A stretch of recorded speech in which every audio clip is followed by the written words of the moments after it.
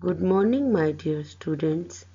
This is class 4th, subject Social Studies, chapter number 1 of term 3. Chapter name is Transport System, and this is lecture number 1 of this chapter. Today we will cover following points. Today we will learn about roads, national highways, state highways, district highways, district roads, and village roads, and railways. All these points we will cover today.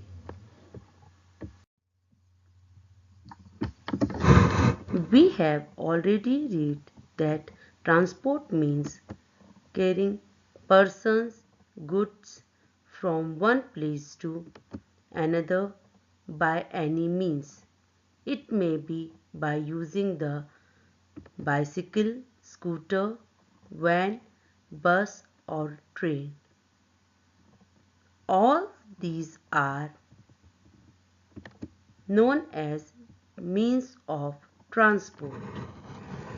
हमने अपने अभी पिछले classes में पढ़ा है कि transport का मतलब होता है पर्सन्स को और गुड्स को एक जगह पर से दूसरी जगह पर ले जाना, वो चाहे बाइसिकल से, चाहे स्कूटर, वैन, बस या ट्रेन, किसी से भी हो सकता है। तो ये जिस भी साधन का हम यूज़ करते हैं वो मीन्स ऑफ ट्रांसपोर्ट कहलाता है। We have also learned means of transport are classified into 3: land, water and air transport. हमने ये भी पढ़ा है कि जो मीन्स ऑफ ट्रांसपोर्ट है ये 3 तरह से क्लासिफाइड हो सकते हैं। लैंड ट्रांसपोर्ट जो वाया लैंड होते हैं, वाटर ट्रांसपोर्ट जो बाय वाटर के मीन्स के थ्रू होते हैं, और एयर ट्रांसपोर्ट जो बाय एयर होते हैं। In this chapter we will read further about these with reference to India. अब हम इस चैप्टर में इनके बारे में इंडिया में क्या क्या मीन्स ऑफ ट्रांसपोर्ट है और वो कैसे कैसे बनते हैं, कैसे कैसे काम करते हैं, इनके बारे में पढ़ेंगे। Land transport, roads. India has the largest network of roads in the world. Our roads are classified into 2 types on the basis of its surface as metalled roads and unmetalled roads. Metalled roads are also called all-weather road. India में roads का एक बहुत बड़ा network है, मतलब इसका एक बहुत बड़ा जाल सा फैला हुआ है। हम इंडियन रोड्स को 2 टाइप से क्लासिफाई कर सकते हैं। उनके सरफेस के बेस पर हम इन्हें मेटल रोड या जिसे हम पक्का रोड और अनमेटल रोड जिसे हम कच्चा रोड कहते हैं, इसमें क्लासिफाई कर सकते हैं। मेटल रोड मीन्स पक्की रोड को हम ऑल वेदर रोड्स भी कहते हैं। Indian roads on the basis of importance can also be classified into 4 kinds: national highway, state highways, district roads and village roads. अब हम इंडियन रोड्स को इसकी इम्पोर्टेंस के बेस पर हम 4 टाइप से क्लासिफाई कर सकते हैं: national highways, state highways, district road and village roads. National highways are the roads that connect the important cities of the country and pass through many states. They are built and maintained by the central government. National Highway 7 is the longest road in our country. National highways वो roads होते हैं जो important cities, किसी भी states की important cities और उसकी capital और जो दूसरी मेन सिटीज़ होती हैं उनको आपस में कनेक्ट करते हैं और ये पूरे कंट्री में एक स्टेट से दूसरे स्टेट को कनेक्ट करते हैं. इनको सेंट्रल गवर्नमेंट बनाती है और इनकी मेंटेनेंस भी सेंट्रल गवर्नमेंट करती है. नेशनल हाईवे 7 हमारी कंट्री की सबसे लॉन्गेस्ट रोड है. State highways are the roads that connect the district headquarters to the state capital. State highways district headquarters को स्टेट कैपिटल से जोड़ती है. मीन्स ये स्टेट में होती है तो ये स्टेट हाईवेज में जो मेन जो इनकी कैपिटल है, कैपिटल को जो दूसरे और मेन डिस्ट्रिक्ट हेडक्वार्टर्स है उनसे कनेक्ट करते हैं. District roads connect the towns and important places within district.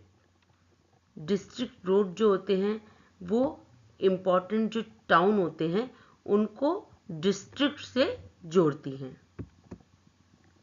Village road link the village to the town. District road, village road village को टाउन डिस्ट्रिक्ट से जोड़ती है. तो सबसे पहले विलेज रोड होती हैं, जो विलेज रोड होती हैं वो डिस्ट्रिक्ट रोड से जोड़ती हैं. डिस्ट्रिक्ट रोड आपस में कनेक्ट करते हैं और आपस में कनेक्टेड होती हैं जो कि टाउन से जुड़ती हैं और इस तरह से जो आसपास के मेन टाउन्स हैं वो स्टेट हाईवे से जोड़ते हैं. जो डिस्ट्रिक्ट हेडक्वार्टर्स होते हैं या जो दूसरे डिस्ट्रिक्ट रोड्स होती हैं वो स्टेट कैपिटल से स्टेट हाईवे उन्हें स्टेट कैपिटल से जोड़ते हैं.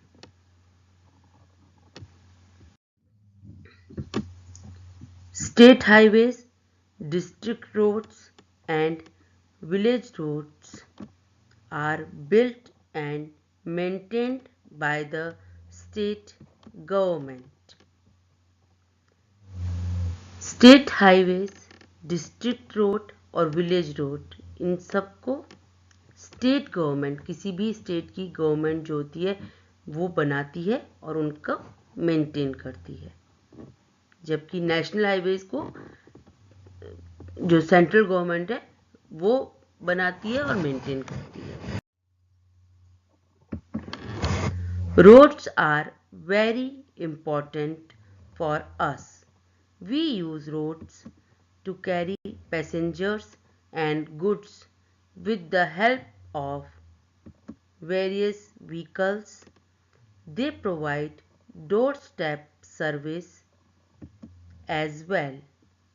They are rough and difficult to use in rainy season.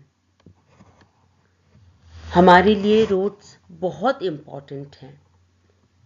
हम इन रोड्स का जो यूज़ है पैसेंजर एज ए पैसेंजर और एक जगह से दूसरी जगह पर जाने के लिए या सामान को एक जगह से दूसरी जगह पर जाने के लिए बहुत से व्हीकल्स जो होते हैं वाया रोड ही एक जगह से अलग अलग व्हीकल्स के थ्रू इन रोड्स से ही होकर जाते हैं।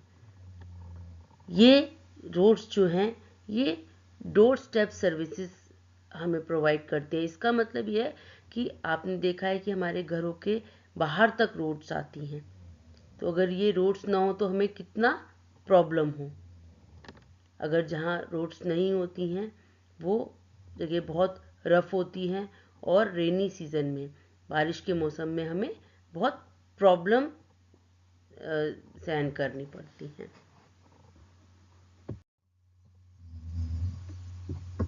Now, railways.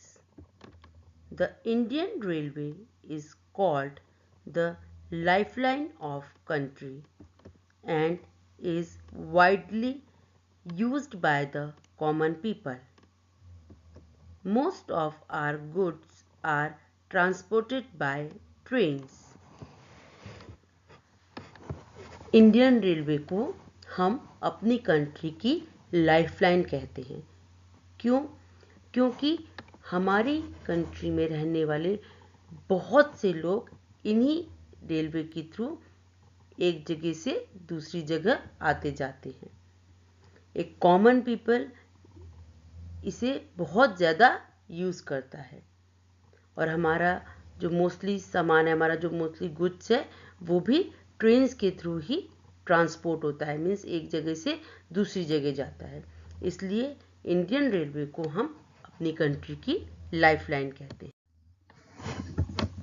Steam engines and diesel engines are now being replaced by electric engines, which run faster and do not cause pollution.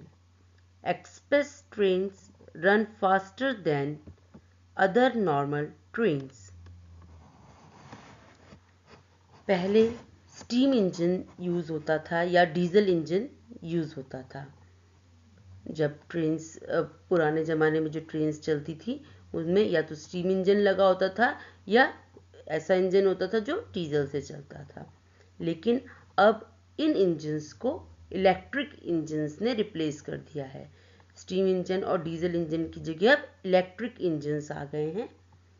ये स्टीम इंजन और डीजल इंजन से ज़्यादा तेज हैं और ये इनसे पॉल्यूशन भी नहीं होता, जबकि स्टीम इंजन या डीजल इंजन की वजह से पॉल्यूशन होता था, लेकिन इलेक्ट्रिक इंजन से पॉल्यूशन भी नहीं होता।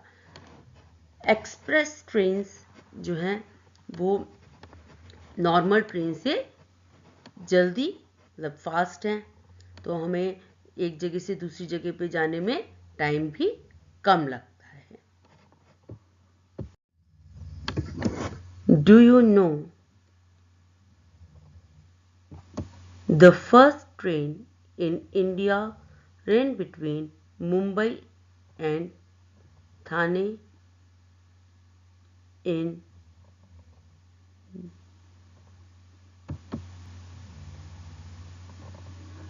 1853।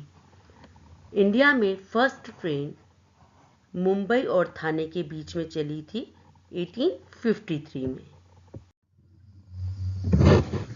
The metro train runs both on elevated as well as underground tracks. It was first introduced in Delhi, but now other of the major cities have also started its service. Metro train जो कि सबसे पहले दिल्ली में introduce हुई थी, दिल्ली में चली थी, ये दोनों तरह से दोनों ट्रैक्स पे चलती है। एलिवेटेड ट्रैक्स पे, एलिवेटेड ट्रैक्स वो ट्रैक्स होते हैं जो मेन रोड से ऊपर होते हैं, जैसे आपको इस पिक्चर में दिख रहा है एलिवेटेड मेट्रो, जो कि मेन जो रोड है उससे ऊपर जो ट्रैक बना हुआ है उस पर चल रही है। और दूसरा है जो अंडरग्राउंड ट्रैक है, जो कि ज़मीन के अंदर है। तो पहले तो ये दिल्ली में ही चली थी, बट ये अब और भी दूसरी मेजर सिटीज़ में स्टार्ट हो गई हैं। अपने जो बड़ी बड़ी सिटीज़ हैं उन्होंने अपनी मेट्रो ट्रेन स्टार्ट कर दी हैं। आपने सुना भी होगा, जैसे कोलकाता में भी है, और यहाँ गुड़गांव में भी आपने सुना होगा, जो मेट्रो ट्रेन है, जो गुड़गांव में अपनी मेट्रो ट्रेन चलती हैं। तो पहले ये खाली दिल्ली में थी, बट ये अब और भी दूसरी सिटीज़ में चलने लगी हैं। So, recall of today's lecture. In today's lecture, we have learned about roads, metal roads and unmetal roads.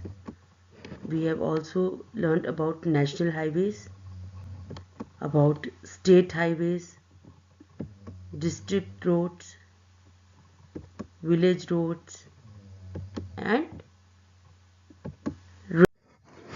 now today's homework. Answer the following questions. Question number 1. What are national highways? Who constructs them? Question number 2. Electric trains are better than diesel engines trains. Give reason. So you have to read the chapter once again, and then you have to answer the following question. So take care. Goodbye for today.